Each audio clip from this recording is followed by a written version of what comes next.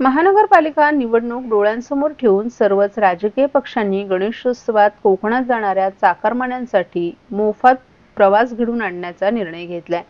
त्यानुसार कोकण रेल्वे मार्गावर विशेष गाडी चालवण्यासह एसटी आणि खासगी बस आरक्षित करण्यात येणार आहेत।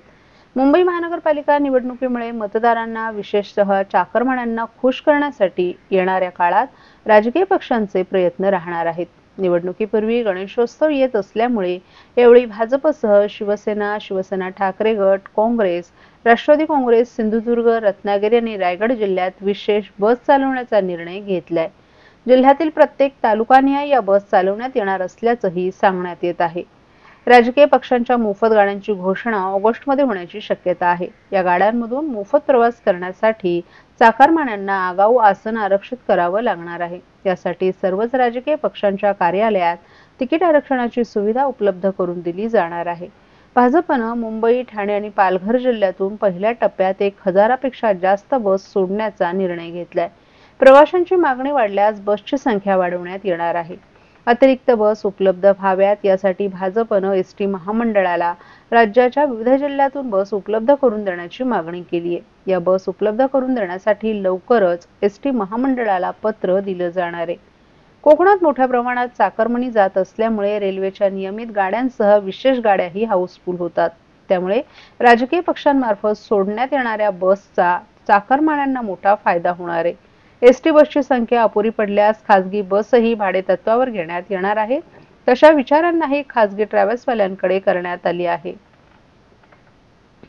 महाराष्ट्रातील भगिनींना आधार देणारी राज्य शासनाची मुख्यमंत्री माझी लाडकी बहीण योजना। या योजनेअंतर्गत अल्प उत्पन्न गटातील 21 ते 65 वयोगटाच्या भगिनींना मिळणार दरमहा 1500 रुपयांची मदत। अर्ज करण्यासाठी 31 ऑगस्ट 2024 पर्यंत मुदतवाढ। कुटुंबाचं वार्षिक उत्पन्न 2.5 लाख रुपयांपेक्षा कमी असलेल्या महिला पात्र। कुटुंबाकडे पिवळं किंवा केशरी रेशन कार्ड असल्यास उत्पन्नाचा दाखला आवश्यक नाही। पांढरं रेशन कार्ड असेल किंवा रेशन कार्ड नसेल तर कुटुंबाचं वार्षिक उत्पन्न 2.5 लाखांपेक्षा कमी असल्याचा दाखला आवश्यक। योजनेसाठीचा ऑनलाईन अर्ज नारी शक्ती दूत ॲप वरून किंवा पोर्टलवर भरता येईल। ज्या भगिनींना ऑनलाईन अर्ज भरता येत नसेल त्यांच्यासाठी अंगणवाडी, ग्रामपंचायत, वॉर्ड ऑफिस, सेतू सुविधा केंद्रामध्ये किंवा आशाताई बचत गटाच्या CRP यांची मदत उपलब्ध। आता आपल्याला अभिमानाने म्हणता येईल, सुखी आणि सुरक्षित आहे माझी लाडकी बहीण।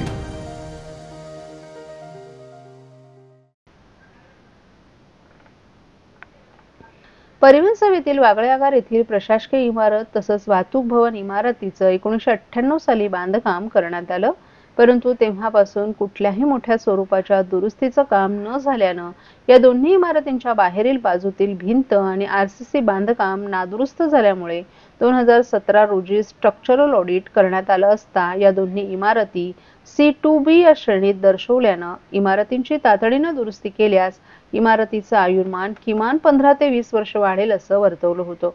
परंतु या स्ट्रक्चरल ऑडिटला 8 वर्षांपेक्षा जास्त कालावधी लोटूनही कुठलेही दुरुस्तीचं काम न केल्यामुळे इमारतीची दुर्दशा झाल्यानं कर्मचाऱ्यांना जीव मुठीत घेऊन काम करावं लागत असल्याची बाब ठाणे काँग्रेसचे प्रवक्ते राहुल पिंगळे यांनी आयुक्तांना पत्राद्वारे निदर्शनास आणून दिली आहे।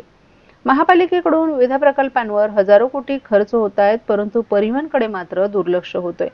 आज याबाबत काँग्रेसच्या शिष्टमंडळानं परिवहन व्यवस्थापक भालचंद्र बेहरे यांची भेट घेत इमारतींची पाहणी केली असता वाहतूक भवन या इमारतीत कंडक्टर ड्रायव्हरचा रेस्ट रूम, तिकिटांचा साठा, record room, cash room, union office असून इमारतीचे कॉलम, बीम आणि बाहेरील बाजूतील प्लास्टर बरेच ठिकाणी खराब झाले। लिकेजचा प्रॉब्लेम असून इमारतीच्या आतील भागातील प्लास्टर पडत असल्याचंही निदर्शनास आले। यावेळी राहुल पिंगळे यांनी ठाणे महानगरपालिकेच्या वतीनं दरवर्षी पावसाळ्यापूर्वी शहरातील धोकादायक आणि अतिधोकादायक इमारतींचं सर्वेक्षण करून यादी जाहीर केली जाते, कारण धोकादायक इमारती पावसाळ्यात कोसळून मोठी जीवितहानी होण्याची शक्यता असते। यापूर्वी देखील अशा घटना घडल्या असून त्यात नागरिकांना आपला जीव गमवावा लागलाय। असं असताना देखील उपमुख्यमंत्र्यांच्या मतदारसंघातील आणि परिवहन मंत्र्यांच्या शहरातील परिवहनच्याच धोकादायक झालेल्या आणि शेकडो कर्मचारी काम करत असलेल्या स्वतःच्या इमारतींकडे मात्र महापालिका प्रशासनाचं दुर्लक्ष होते। यावेळी त्यांच्यासोबत माजी परिवहन सदस्य भालचंद्र महाडिक, सेवादल अध्यक्ष रवींद्र कोळी तसंच इतर पदाधिकारीही उपस्थित होते।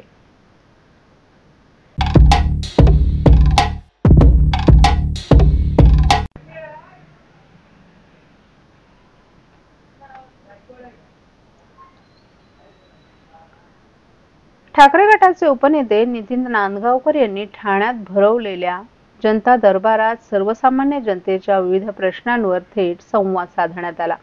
यावेळी त्यांनी शहरातील अनेक ज्वलंत मुद्द्यांवर स्पष्ट भूमिका घेतली आणि प्रशासनाच्या ढिसाळ कारभारावर सडकून टीका केली। फडणवीस आणि राज ठाकरे यांच्या भेटीबाबत त्यांना विचारलं असता मी यावर टिप्पणी करणार नसल्याचं त्यांनी सांगितलं।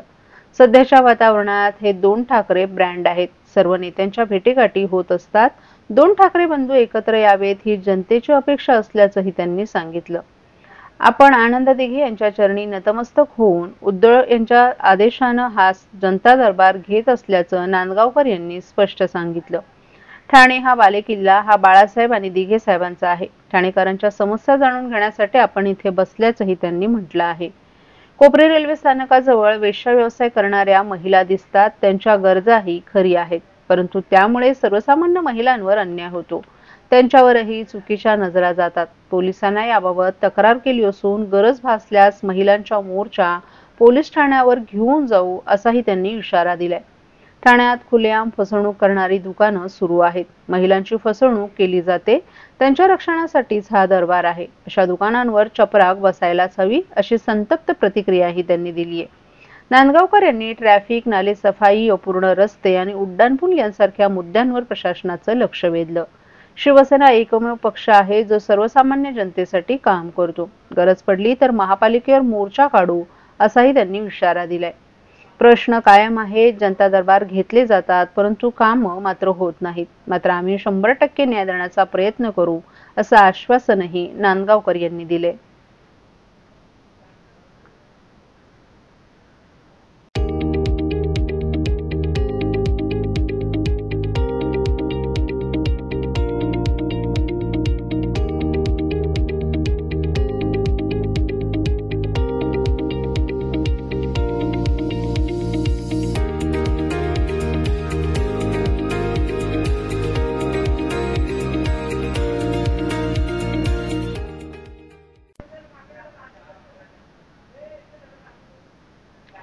ठाण्याचे माजी नगरसेवक आणि भाजपचे माजी जिल्हा अध्यक्ष संजय वाघोले यांच्या विरोधात एका एव्हिएशन ट्रेनिंग सेंटरच्या संचालकांना अडवून ठेवून 22 लाख रुपये मागितल्याचा प्रकार समोर आलाय।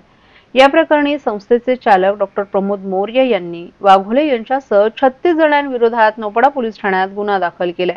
पोलिसांनी या प्रकरणाचा तपास सुरू केलाय।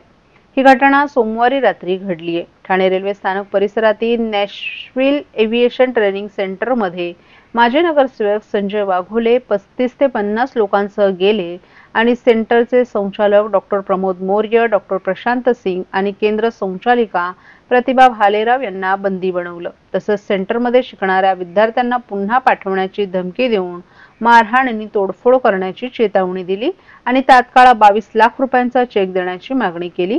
यानंतर सेंटरकडून पोलिसांकडून मदत मागण्यात आली आणि पोलिसांनी केंद्रातील लोकांना बाहेर काढलं। यावेळी संचालकांवर मारहाणही करण्यात आली। तसंच त्यांच्या विरोधात नौपाडा पोलीस ठाण्यात फसवणुकीचा गुन्हा दाखल करून सोशल मीडियावर त्यांना आणि त्यांच्या सेंटरला फसवणूक करणारे ठरवण्यात आले। या सगळ्या प्रकारामुळे गुरुवारी संस्थाचालक डॉक्टर प्रमोद मौर्य, डॉक्टर प्रशांत सिंग आणि संचालिका प्रतिभा भालेराव यांनी पत्रकार परिषद आयोजित केली होती।